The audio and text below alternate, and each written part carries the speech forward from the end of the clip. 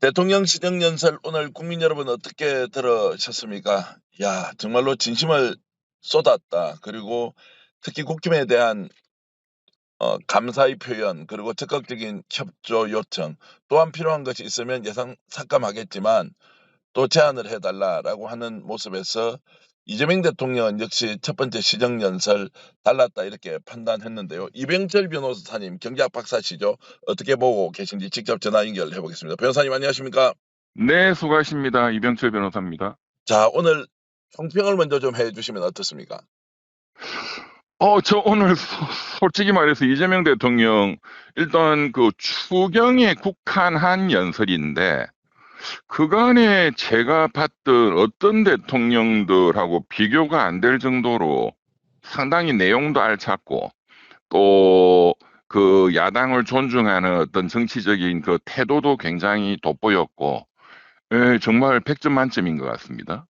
아마 이제 국민의힘이 들어갈까 말까 끝까지 고민을 했던 것 같고, 그래서 네, 박수는 치지 않았지만 다 앉아 있더라고요. 거기에 네, 대해서 네, 대통령이 특별하게 감사함을 표시했는데, 네, 자, 네. 요런 것도 지금 좀 국회에서 뭔가 협치를 이렇게 좀 만들어 가는데 뭐 마중물이 좀 될까 이런 생각이 그렇습니다. 좀 그렇습니다. 들었습니다. 예, 저도 똑같은 생각했고, 국힘의원들이 뭐 종래 같으면 막 고함 지르고 또 막 굉장히 무례한 어떤 행동을 하고 대통령 악수 손 내밀면은 뭐 거부한다든가 거기에 어떤 막말을 한다든가 이제 종전에 그런 모습이 많았는데 오늘은 상당히 점잖은 모습이었죠, 상대적으로. 그것은 제가 보기에는 그런 명분이 없었다.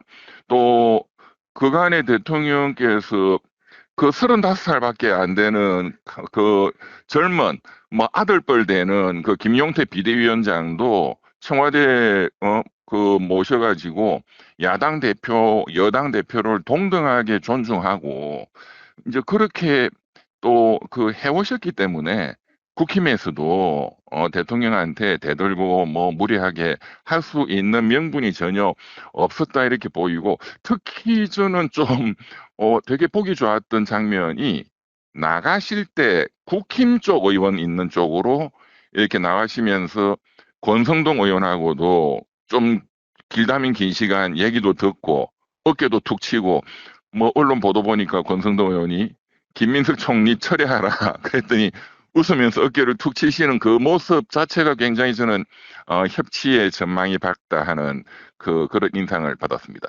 자, 추경 예산은 그러면 여야 합의로 통과시킬 수도 있다 이렇게 좀 우리가 좀 이렇게 전망해 볼 수도 있겠습니까?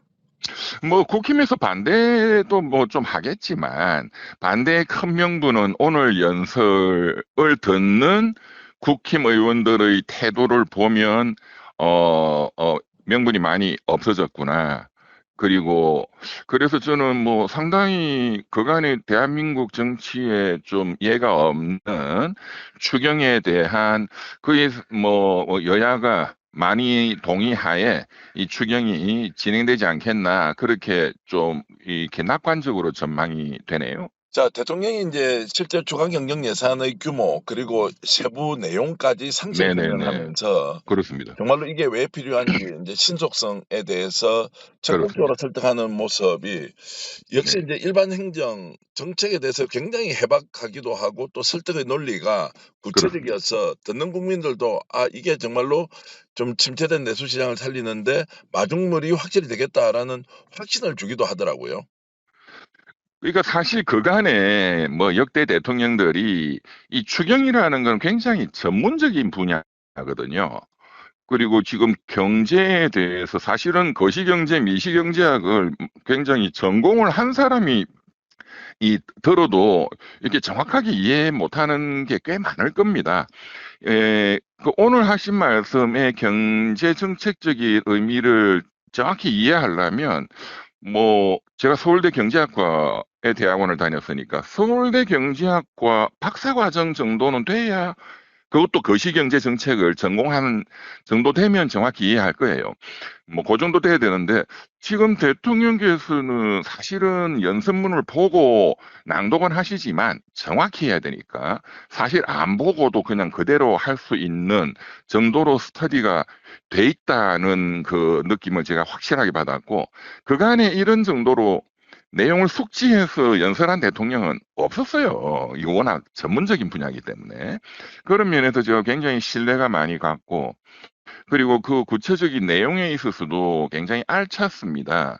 그러니까 국힘이 이 추경하면은 뭐 승수 효과가 있냐, 인플레이션이 문제가 생기지 않느냐, 미래 세대에 부담을 준다. 여러 이제 그 반대 논리들을 많이 이제 제기를 했는데 거기에 대해서 아주 세부적으로 소상공인 자영업자에 대해서는 이렇게 돈을 풀고 그 지역 화폐 내지는 쿠폰으로 풀면은 거기에 지금 소비자 손님이 없어서 난리인데 무슨 인플레이션이 생기겠냐. 이제 그런 내용으로 또 AI는 AI대로 또 기업의 그 기업도 뭐 대기업들한테 풀 필요는 없죠. 그러니까 지금 굉장히 어려운 건설 뭐 이런 쪽에 그래서 가장 지금 민생 경제 소비자뿐만 아니라 기업도 영세기업, 중소기업 그리고 우리가 성장을 위해서 AI 첨단 분야, 이것도 이제 벤처나 혁신 기업들, 대기업이 아니고 여기에 이렇게 추경을 집행함으로써 우선은 마중물로 이걸 돌릴 수 있는 동력이 된다. 그걸 굉장히 설득을 잘 하셨고, 그리고 이제 저는 굉장히 주목했던 게 경제라는 게 돈 푼다고 되는 건 아니거든요. 돈을 풀면 그게 승수 효과가 생기고 화폐가 막 돌아야지 경제가 이제 효과가 생기는 건데 그러려면 국민들이 심리가 좋아져야 돼요. 이제 그런 차원에서 지금 코스피도 올라가고 지금 정권이 바뀌고 민주정부가 들어서고 그간의 6, 7개월 동안에 그런 내란이 정리되고 또 국제적으로도 위상이 높아지고 하니까 소비가 지금 소비 심리가 회복되고 있다. 그러니까 그게 코스피 지수로 반영이 되고 있다. 이 경제 전체에 대한 전망 이런 것을 아주 좀 쉽고 압축적으로 굉장히 설명을 잘하셨고 이 국민의힘 의원들도 전문적으로 알아듣는 사람은 잘 없겠지만 어쨌든 들어보면은 굉장히 그 내용이 좋거든요. 그러니까 좀 압도당한 측면이 있겠다. 저는 그렇게 봤습니다. 자, 이제 대통령 한 사람이 이렇게 나라를 바꿀 수 있다는 게 놀랍기도 하고요. 대한민국은 그게 대통령제죠. 대통령제니까 또 대한민국의 대통령은 그만큼 또 권한이 세죠. 그러니까 대통령 한 명이 사실은 5,200만 명을 책임지는 나라니까 대통령이 정말 중요하죠.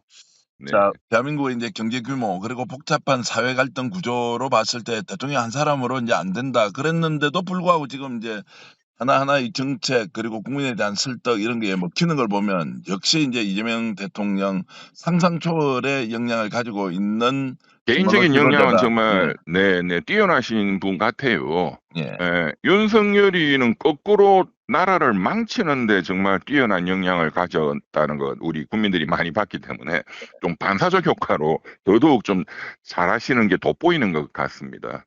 자, 시정연설에 대한 평가 이병철 변호사님, 경제학 박사 이병철 변호사님 통해서 직접 들어봤습니다. 박사님 고맙습니다. 네, 감사합니다. 오늘 방송 어떠셨습니까? 마음에 들었다면 구독, 좋아요로 스픽스를 응원해 주십시오. 여러분들의 구독, 좋아요는 가장 큰 힘이 됩니다. 스픽스 구독, 좋아요.